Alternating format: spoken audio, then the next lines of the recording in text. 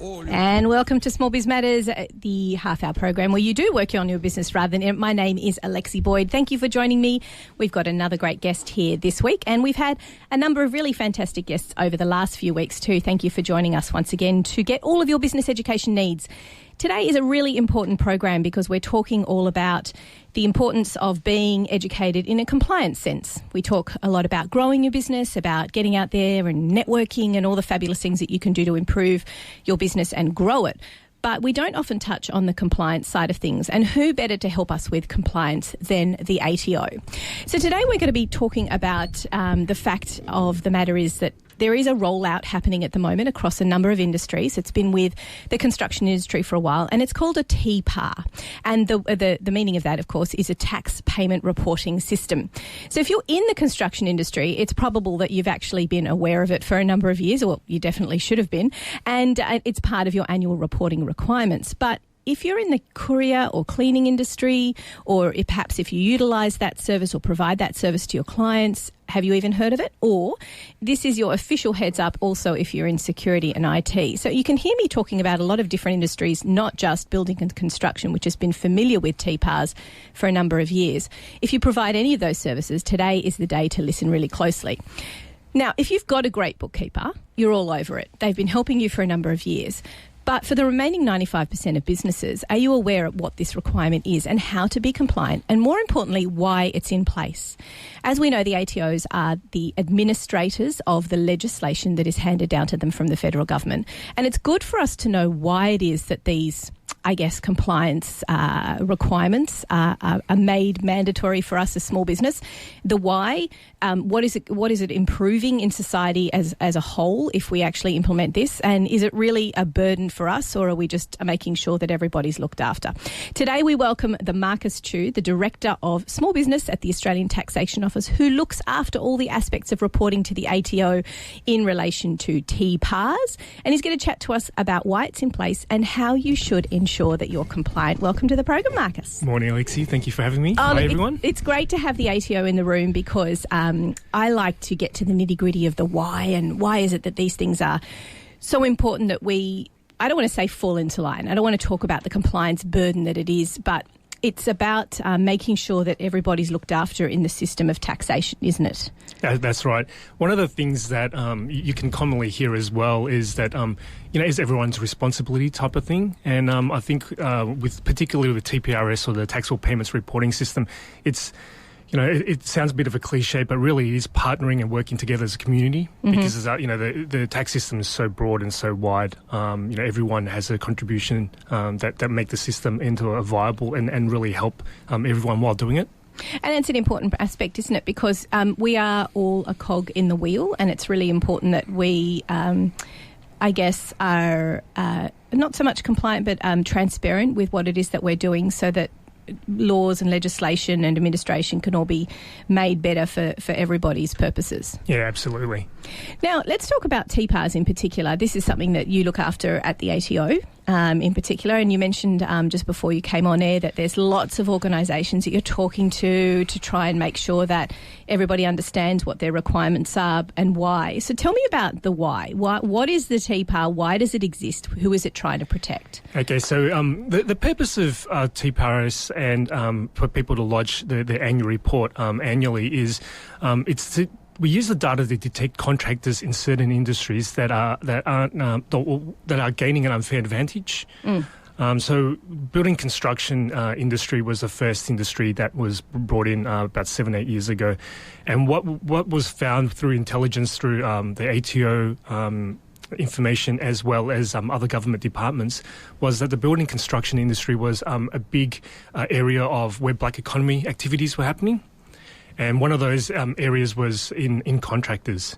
So the risk in contractors, among other things, is that people aren't in the system, so they're not lodging their income tax returns, or they're under-reporting the whole cash-in-hand, cash economy type of scenarios, and not properly registering for GST. So what the TPAR system now is bringing in is other industries that consider high risk as well, and particularly for contractors in those industries. So we're trying to get information on that so that we can detect and mitigate those kind of non-compliance issues. Yeah, let's talk about that whole contractors thing. I'm going to play devil's advocate here and say, look, I'm a builder. I've been paying people cash in hand for years. It's fine. What difference does it make? Why is it my responsibility to make sure that they put their taxes in? I'm still paying them what I would normally be paying them. What difference does it make? Why do I suddenly have to report on these people just because they're contractors? So what do you say to those sort of guys? Well, there's a couple of ways to look at that. The first thing is that we did an analysis a little while ago where we were just looking at building construction industry, and what we found for one particular year in the 2016 year, that the introduction of the TPRS brought in approximately $2.7 billion in addition to what we would normally would have. So additional tax. Yeah, or bringing into the system. So that's a lot of roads. Correct. Hospitals, roads, and it's kind of cliched that people think that a small little thing that you do doesn't really matter. But when you look at the whole picture of it, it makes a huge difference. Yeah. And that the other thing that happens as well is that even though you're just singularly maybe reporting on what payments you make to these contractors, is that you're protecting your own business, your own industry, because there's a lot of sham contracting going on. People gain unfair advantage because they can undercut their pricing as well, things like that. Yeah, I'm not going to charge GST if you pay me cash, therefore it's going to be cheaper, therefore I'm going to get the job over the guy who's doing the right thing. Yeah, correct. Yeah. So let's talk about sham contracting. It's a phrase that like the ATO use quite a lot, but not a lot of businesses are familiar what it is. Could you explain to what sham contracting is? Sham contracting is what you find a lot of it is in the black economy. So people who aren't really registered appropriately, and they're getting an unfair advantage because they're not paying all their necessary dues that are to different government departments, including the tax office. Mm-hmm. So they get an unfair advantage for that. And what commonly we refer to is it's not a level playing field. So people get a step ahead of others that causes distress to a lot of people trying to do the right thing. And it's not just the contractors who are getting the unfair advantage. It's also the guys who are engaging with them because they get to pay less.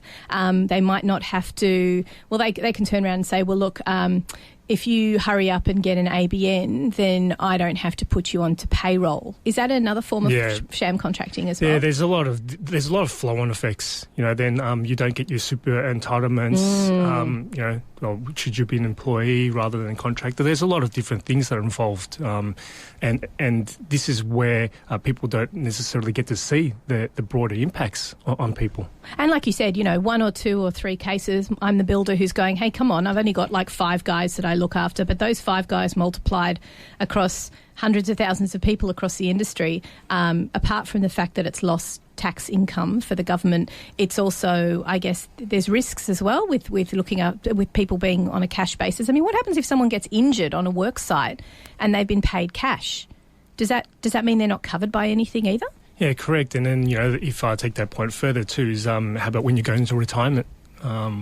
About your superannuation and things of that nature. And what's important for people to note as well is that the TPRS system is just one cog in a number of things that we're trying to do to guard against the black economy. Mm-hmm. So it's not just one thing working in isolation. There's a lot of different things that we have to do as an organisation to administer the system and make sure there is a level playing field for people. And we are working with people like the Fair Work Ombudsman and other government departments through the Black Economy Task Force. So it's just not in isolation. Mm-hmm. Let's talk about who you do work with, because obviously the consultation process is really important to make sure that you're seeing it from a small business's point of view. Obviously the building and construction industry, I guess they would have had some input into that all those years ago before it started. And did you have to convince them why it was so important that this took place? I mean, did it take some convincing? I don't think it took too much convincing. I think it's a well-known issue in industries. In the recent times, last year and a bit of this year as well, we were consulting before we put out any in the law or any guidance materials, and we were liaising with couriers and cleaners and others.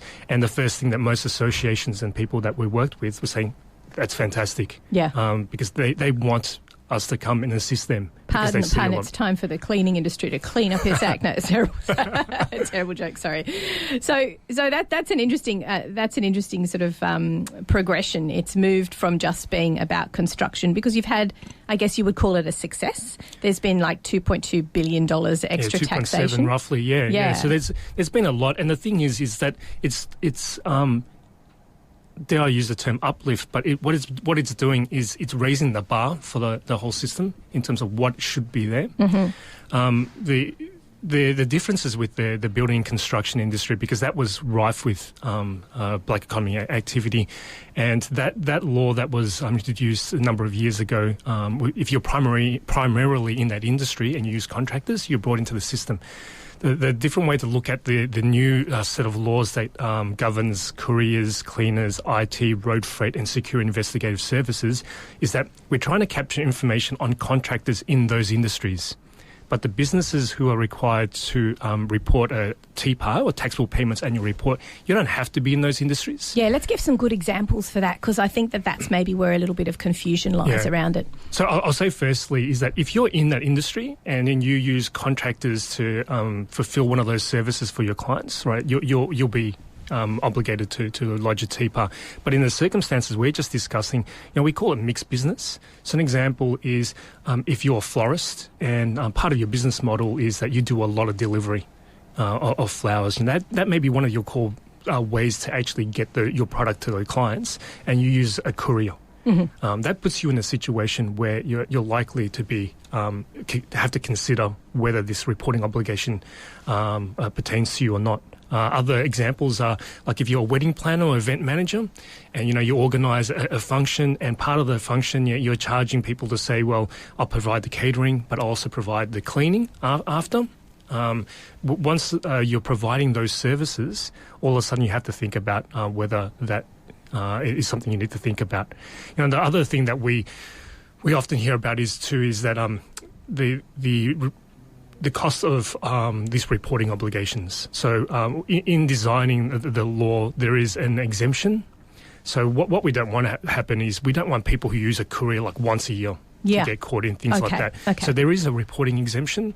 So apologies to the audience for being a bit technical, but if you earn less than 10% of your total gross GST in providing those services, you won't have reporting obligation. Okay, so the income that you earn, if less than 10% involves one of these services, Correct. that being cleaning, courier, IT and security and logistics, did you say? Transport and logistics? Road freight. Road freight, sorry. If less than 10% of the invoices you send out involve that service, then you're exempt. Yeah, so so the amount of income you get from your clients as a percentage of your total GST, so you basically your turnover. Yeah. We're talking before we got on air. One of the things that I often think about with this is that or TPRS is that TPRS almost happens organically as part of your business. The more you understand your business and the better you have your record keeping, TPRS, or this reporting obligation, is sort of a byproduct of that. Yeah. So you should have a good handle of what your business model is, how big certain elements of it are, and what you're actually doing. And then you should have the invoicing, because you need to do it anyway with BAS and other things. So hopefully, and we try our best to make it as painless as possible. We can talk a bit later about online forms and things like that. So let's just be clear about one thing, because I just get I want to make sure that everybody understands that it's all about the sales, right? It's about the invoices that you send out if they involve this service. It's not about you using an IT guy to come in and fix your computer, is it? It's not about correct. the purchases that you make. It's more about think about what you're selling on to your clients, and if in those sales it involves the need for a courier or a cleaner, that's what we're talking about. We're not talking about you having an office cleaner come into your office and clean the office, because that's everybody. But I guess in doing that, you're trying to capture more and more of the contractors involved with other businesses that are doing the wrong thing. I mean, as soon as you said couriers, I immediately thought of, how many people out there just have a bit of a guy who comes and does a quick delivery for me once a month and it's a cash payment. How many people like that are out there? And that's really what you're trying to capture. Yeah. Am I right in saying that? Yeah, that's right. And we're trying to get the data and the information where we can identify those who aren't doing the right thing. And so, we like to be clear that a majority of people are doing the right thing. But what we're focusing on is trying to understand who aren't, and trying to deal with those people in an appropriate way. We're going to take a quick break here on Triple H 100.1 FM in the studio. When we get back, we're going to talk to Marcus from the ATO a little bit more about how exactly you report this information to the ATO. They've made some changes to the back end to make sure that it's easier for you to do, and what you can do in the different systems that you work within that the ATO is trying to help you to make sure that you're reporting this information to them. You're listening to Triple H and Small Biz Matters with Alexi Boyd. We'll be back after this. So today we're talking to the ATO all about TPARs. Now, if you're in the building and construction industry, you should have known about it for about the last 7 years. But there are some new industries which this is going to start affecting. Marcus, am I right in saying that it's from the 1st of July that people needed to have been aware of this? And let's talk about how they're going to be reporting this to the ATO at the end of the financial year. Okay, so with couriers and cleaners, they should be recording the information through the invoices from 1st of July last year, 2018. And for IT, road freight and security investigative services, they should be recording all their payments from the 1st of July this year, 2019. So with couriers and cleaners, they have to lodge their TPAR by the 28th of August. So there's a number of ways to report your TPAR, and I'm happy to it's not so much announced. We made it available this year. So actually, I'll start again. Last year, it was announced in the budget that we were to produce a online form for small business and individuals to be able to get into more of a digital reporting system. Yep. So what we have available now is that if you go through MyGov, if you connect MyGov with the ATO, you can lodge your taxable payments annual report through MyGov. Excellent. And can you take me through, let's talk about what it is that you're trying to capture. So basically, if you've got someone who's maybe a contractor who you've been working with in your business, they should supply you with a valid tax invoice, which meets ATO criteria. Let's go through that, because I'm sure this is something we talk about. I have bookkeepers on the show all the time, and we go over and over and over this, but this is something you need to know as a business. So let's go through the requirements of a proper tax invoice. So for the TPAR, the information that we need is the valid ABN. Yes, valid being the operative word there. You need, and this is something that you need to do, right? So you engage with someone. They're a contractor. They're doing a service for you. It doesn't matter if we're talking about cleaning, IT, logistics, whatever it is. Let's just look at the invoice. If they're giving you a service, you need to look at their ABN. First of all, don't pay them until they give you an invoice. Secondly, check their ABN. The ABN lookup site is a fabulous site, very quick and easy to use. You type in the ABN and it'll pop up whether or not it's valid. So you're looking for the word active. Active, very important, not cancelled or not even there at all, but active. Also, make sure that ABN is actually theirs. I've seen on a number of occasions Absolutely. that Bunnings ABN suddenly pops up on there because they're using, or I've even seen the ASIC ABN. Really? You're going to use ASIC as your ABN, but okay. So that you're looking for that information, you want to make sure it's active, and you want to see whether or not it's registered for GST. So those are the two bits that you're looking for. And the ABN issue is, that's the most common error, one of the most common errors we find in when people lodge a TPAR. So, and I'll speak more about the ABN issue as well, because in their new form, online form, if people go to that form and you look at where you put the ABN, we've actually built in a search function there that is akin to the ABN lookup, or it's related to the ABN lookup. Great. So you can press that and then it will show you what the registered ABN name is. So, that's what we think is a really great function for people that, to save themselves time, and you can automatically check that. Does it also check whether or not they're valid?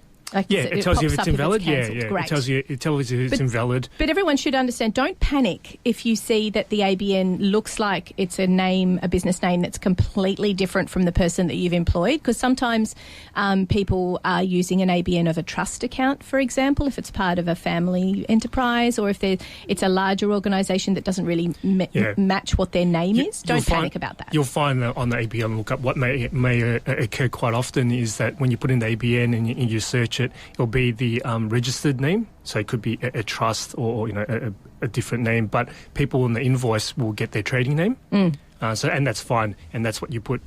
We ask people in the invoice to put the trading name not the trading name. Apologies, the name that's on the invoice. Into the TPAR, as well as the address, the total amounts paid, gross amount paid, including GST, the total GST, and any amount that's withheld because there was no ABN provided. So what businesses should be doing is, if you're using a contractor and they have no ABN, you should be taking the tax withheld. Which is how much? 48.5, I think it is. Quite a lot. Yeah, you need to be. And again, this is why we sort of say ad nauseum, make sure you get the invoice beforehand. And if they haven't got a valid ABN, you have to withhold 48.5% tax. Now, that seems like a lot. But guess what? If that person is, I guess, behaving like a contractor, they should have an ABN. If they're behaving like a business and they're operating as an ABN, Australian business number, they should have an ABN. So in a way, you need to you need to ask them to produce an invoice that has an ABN on it, or you need to employ them. Is that what we're talking about here? Or you withhold the 48.5? Exactly. And what we find as well with a lot of people get caught in with using the ABNs is sometimes they've been, like you mentioned before, they've been using the same person as a contractor for years, but sometimes people change their business structures and things like that, so their ABN may change. So it always pays to just double check, and it shouldn't take too much time because we've added that into the online form as well. So the online form via MyGov available for businesses, small businesses, it went live end of June, but obviously most people use it from July. And what we've found that there's a big uptake in it already. So people should really look at it. It's a great resource. And again, at the back of your mind, everybody who's listening now should be thinking of the invoices that I send out to my clients is more than 10% representative of some services that involve cleaning, IT. What am I passing on to my clients as a cost? Yeah. And that's what we really should be doing. Now, there are other options, obviously. I can imagine, sorry to play devil's advocate, but is the MyGov system where you put it in, that's quite labour intensive. You have to type in the numbers and fill it all in manually. Am I right in saying that? Yeah. You've got to fill it in. And what we found and what we actually produced that for is for those people who were still lodging via paper and may only have 2, 3, 4 contractors. And we found on average at the moment with this form about average 4 contractors for those people in small business. It's only a few minutes. Yeah. So, and you're absolutely right. So, if you have business software that has TPAR functionality, that's probably the most efficient way because it incorporates your other business functions and your requirements. So, it shouldn't take you any time at all. And you can go to your bookkeeper, your BAS agent, your tax professional to assist you as well. And that's really something where I guess it's great to see that the ATO is utilising those partners who are the experts in their trade to say, okay, everyone just stop doing everything manually and it taking you hours and hours and hours of your time. And I guess value your time more and think about bringing on, a professional who is properly accredited and properly trained and is part of a professional association, making sure that the person you're using is someone who really knows what they're doing, and they will help you navigate your way around the myriad of different softwares that are out there to be able to do this more efficiently. I mean, that's really what it's about. You guys don't necessarily push the whole you must have an online software thing for your business, but at the same time, you can see the value in saving people time and money with doing Absolutely. that. Yeah, and it's broader than just tax. It's understanding what businesses go through in the day-to-day. I think you spoke with Deborah Jenkins previously on your podcast where people will do this after hours. Or their book work. So you're trying to make it as easy as possible. And if you use paper as an example, that we found there's a lot of errors where people like put in cents when you don't have to, transposition errors, things like that. And what that causes is that it causes a bit of more contact potentially from the tax office, just asking, inquiring, what was this actual correct amount, or was this the right ABN, things of that nature. Yeah, and I think that's really important. Nobody really, as much as we love the ATO and we think you're doing a fantastic job, nobody really wants a call from the ATO. No. It can be a bit scary, although often it's just finding out more information, so don't panic if they do call. And also, don't think that it's the ATO when it's not. That whole thing, cybersecurity. Yeah. One other thing that people should be aware of as well is that with contractors, obviously, you don't always necessarily use contractors. If you're really busy, you may use contractors to help within busy periods. But there could be certain years where you don't use contractors, or you've brought in more employees, an example. So what you can do on ato.gov.au in the TPAR section, we provide an online form that lets us know that you're not required to lodge a TPAR for that particular year. Right. So that you're not obligated to do that, but by providing us that information, that minimises the likelihood that we will contact you, or you will get any kind of communications from us saying that you may have to lodge a TPAR. So in general, when we're talking about these industries we've been listing off, the building and construction, IT, security, transport, Road freight. Yeah. I keep on saying transport. Road freight. And who have I missing? Cleaning. Security. Thank you. So if you keep on hearing those words, I'm going to keep saying that list of sectors, because they're the ones who really need to be aware of it. But at the same time, if you're in that industry and you're not using a contractor, you can opt out. But we have to assume that everybody who has a part of their income that involves those services is automatically opted in. You have been opted in because of legislation. Yeah, you have the conditions which mean that you're likely to. If you don't have contractors, then there's no obligation. But because we're kind of very data and systems orientated. We only know what information you've provided to us, so we know that you're in a particular industry. Oh, could I just clarify then? If you are an IT provider and you are an IT consultant, but you have not used any contractors, do you need to tell the ATO? Is it a must that you have to tell the ATO? No, you don't have to tell us. Oh, okay. No, but you might get a call. Yeah, exactly. Okay. You might get a call, you might get letters, you may get a number of communication type of interactions with us. So it's no obligation to let us know that you don't use contractors, but it does minimise the likelihood of us contacting you. And may I ask as well, let's talk about the way that the ATO communicates with people, because there is a little bit of confusion about what address you might have listed with the ATO. Is it important that you have at least one method of contact that is you directly? Because I know that a lot of people, their accountants might just lob everything into one bucket and say every piece of communication goes through me, therefore I can administer it as much of as I can, but then I minimise the amount of client activity that goes through the ATO. But that can lengthen things out a bit. It's not ideal. Yeah, it's always good. It's really up to what people's preferences are, but it's always good to have your own contact as the business owner, as well as your tax professional as well. Yeah, because they can provide the advice as much as possible, but then you could minimise costs as well if you're the one who can answer the questions. When we were consulting with a number of these things, we found a lot of examples of people who are small businesses that did, say, BAS and the TPAR themselves, but then the more complicated aspects where in income tax returns, they would give to a tax professional. So those are circumstances where you don't want to miss out on any communications if you're doing part of the obligations. Fantastic. And it's a way to minimise costs as well. Look, we're going to take another break here on Small Biz Matters on Triple H 100.1 FM. When we come back, we're going to talk to Marcus a little bit more from the ATO about maybe some common errors that they see with people who are lodging TPAR reports. You're listening to Small Biz Matters with Alexi Boyd. We are on Triple H 100.1 FM plus across the Community Radio Network. We'll be back after this. Welcome back to the room. You are talking to Alexi Boyd from Small Biz Matters, and we have got the ATO in the room talking all about TPARs. I just want to let everybody know who's a listener here in Australia. Well, that's most of you, actually. There is a fantastic new guide that's been launched by the Australian Small Business and Family Enterprise Ombudsman, which, for those of you who don't know, is one of your advocates in the small business industry, and Scottish Pacific Business Finance. It's the Fits Me Essential Guide to Business Funding. Now, I went to this launch yesterday, and it's a rather exciting guide which should be available to you either through your accountant, or you can go, of course, to the ASBFD, the Australian Small Business and Family Enterprise Ombudsman website, and of course Scottish Pacific website. It's a great guide on how to get yourself financially fit. So looking at funding options, looking at ways that you can make sure that you are,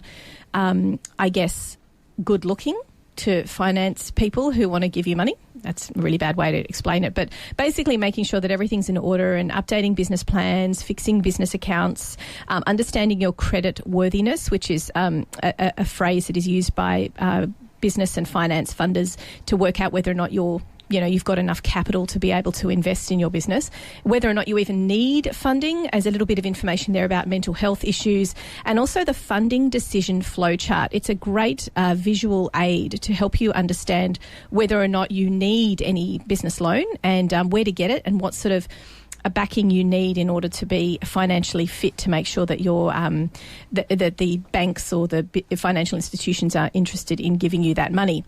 There's a couple of places you can go to for assistance with this as well. I want to let everybody who's in New South Wales know about Valiant Finance, who are supported by the New South Wales Small Business Ombudsman's Office.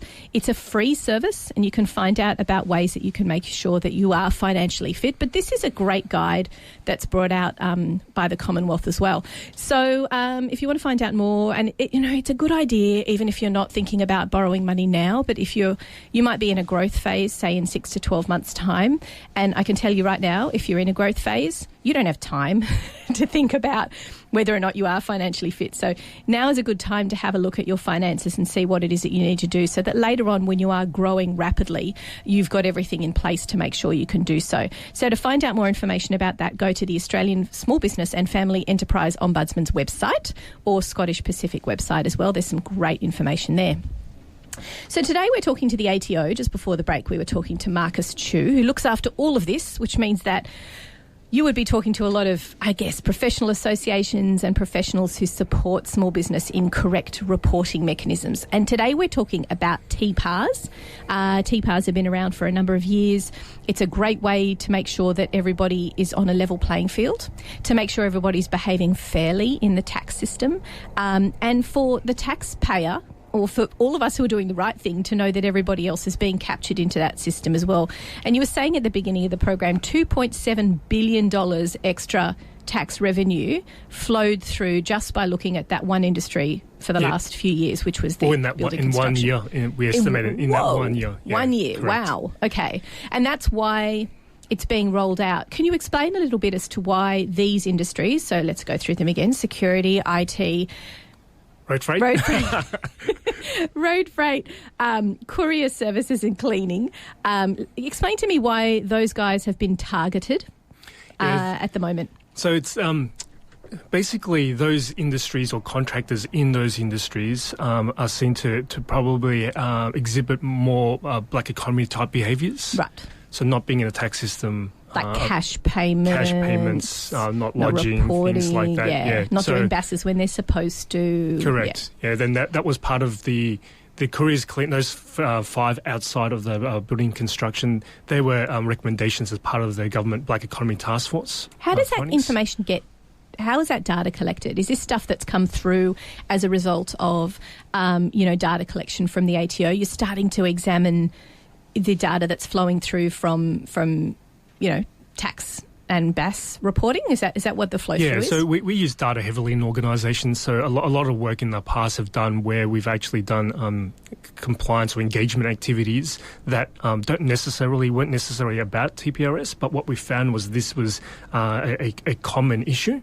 And then as that built up and we realised that it was an issue, then that's when probably a lot of this work stems from. I believe the property construction or the building construction aspect of it. There was an ABS study many years ago, I think, about that industry was a big cog in the black economy. Oh, I don't think you needed an ABS study to work out that there was a lot of, and there's still a lot of people out there. I mean, I literally had a family friend come over for lunch the other day, and she said, I said, how's your son doing? He just finished school. What's he doing with himself? Oh, he's working on a site, he's labouring, and he's getting cash in hand, he's earning lots of money. I went, what? He's getting paid cash? And she said, yeah, that's fine. So you realise that he is totally uninsured. If anything happens in the workplace, that's it. And if he gets found out, he's going to have a monumental tax bill because his tax has never been withheld by his employer. So he's going to have a tax bill if he gets found out. And what makes you think he's not going to get found out? It's still happening. It is actually still happening in a major way. And for young people as well, those people who are working on construction sites who are oblivious and don't think that it's a problem for them, but it can be if something happened to them. Yeah, and it gives an unfair advantage to those people who do have those kind of practices compared to someone who doesn't. Yeah. In terms of pricing and ability to get jobs, etc. Yeah, exactly. So obviously it's a success, and it's been proven as a success. And yes, we'll admit here that one of the reasons it's happening is because of it's going to increase revenue to flow through to tax, which is good because that benefits everybody, really. Tell me about some of the common mistakes that you see people make already with TPARs. So what are some of the things that we should be avoiding if we're getting that reporting system wrong? Yeah, the ABNs is the biggest one. I'd say I had a chuckle to myself when you mentioned about people providing ABN that is like Bunnings. So examples like that do occur. So, if you see something that kind of sticks out, if you have an IT consultant and the ABN is Microsoft, you got to kind of have a think about that and consider that. So ABNs is a big one, particularly where they don't match the information that we have or they're invalid. The other one is providing cents. So, we may get things like instead of saying that it's 1.7 million in GST, it's like 170 million because they put the cents. Oh, wow. Okay, so, decimal point in the wrong place. Yeah. That's basic Year 6 maths, everybody. And that's one of the things that if you use the now available online form where it clearly doesn't want you to put cents in there. Yeah. And, if you use business software or go your tax professional and stuff like that.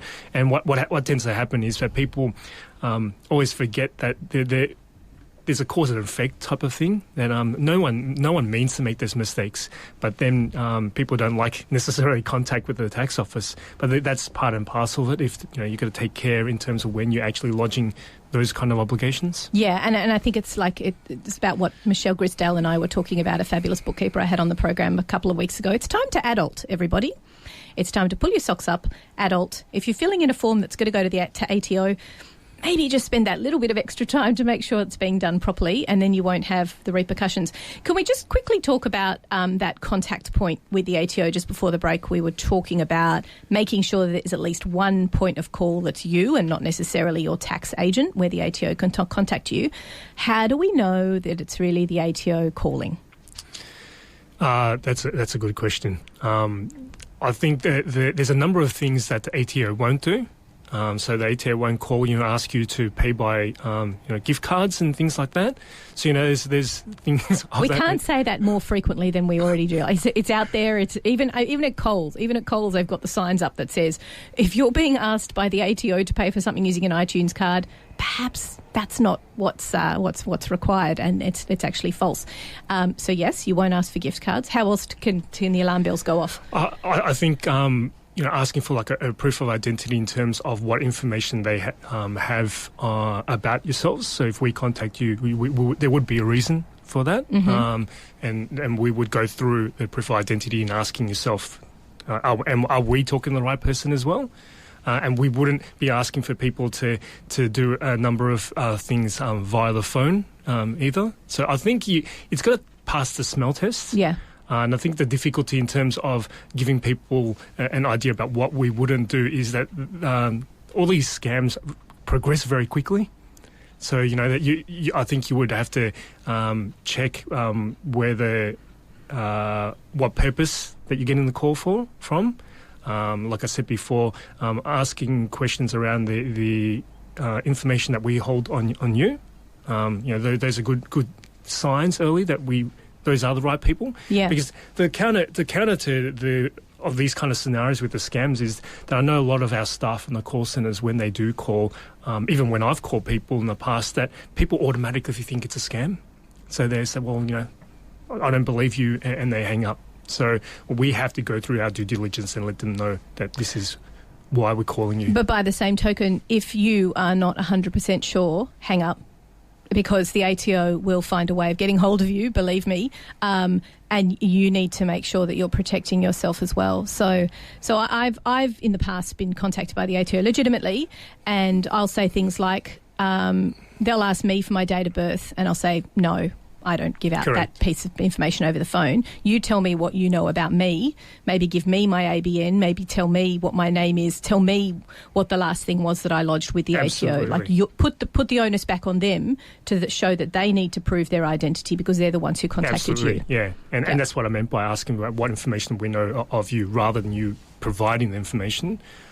Let us explain to you why we're coming to you. Excellent. Yeah, that's great. Good advice. Thanks, Marcus. So if you missed any of today's program, you can, of course, catch up via podcast and iTunes. We'll be pushing this out through the Small Biz Matters Facebook page, all the different socials, and make sure you follow us as well and subscribe to our newsletter so you can find out more and find out who's coming up on the program. Marcus, tell us about how people can find out more about the TPAR system and find out whether it's a requirement for them, and then how to fill out the forms. We're using our the ato.gov.au site as our primary area to get as much information as possible. So if you go to ato.gov.au/TPAR, and you'll have a whole lot of information there from different perspectives. So that we've got tailored information for each of those industries, what your reporting obligations are. I mentioned before about the return not required or not necessary. So there's information on that. There's information on how to lodge.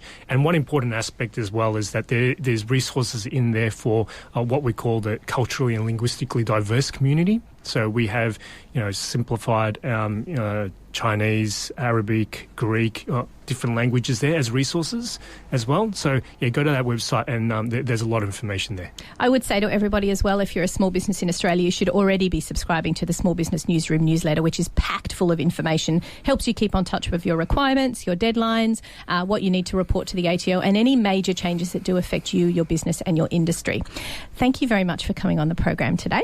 Thank you for having me. And we'll probably be having the ATO on the program again in the coming months. As always, we've got tons of guests, experts, leaders in their field, the government, a great educational resource for Small Biz Matters. So make sure that you keep in touch with us just by finding out what's coming up on the show and listen to the podcasts.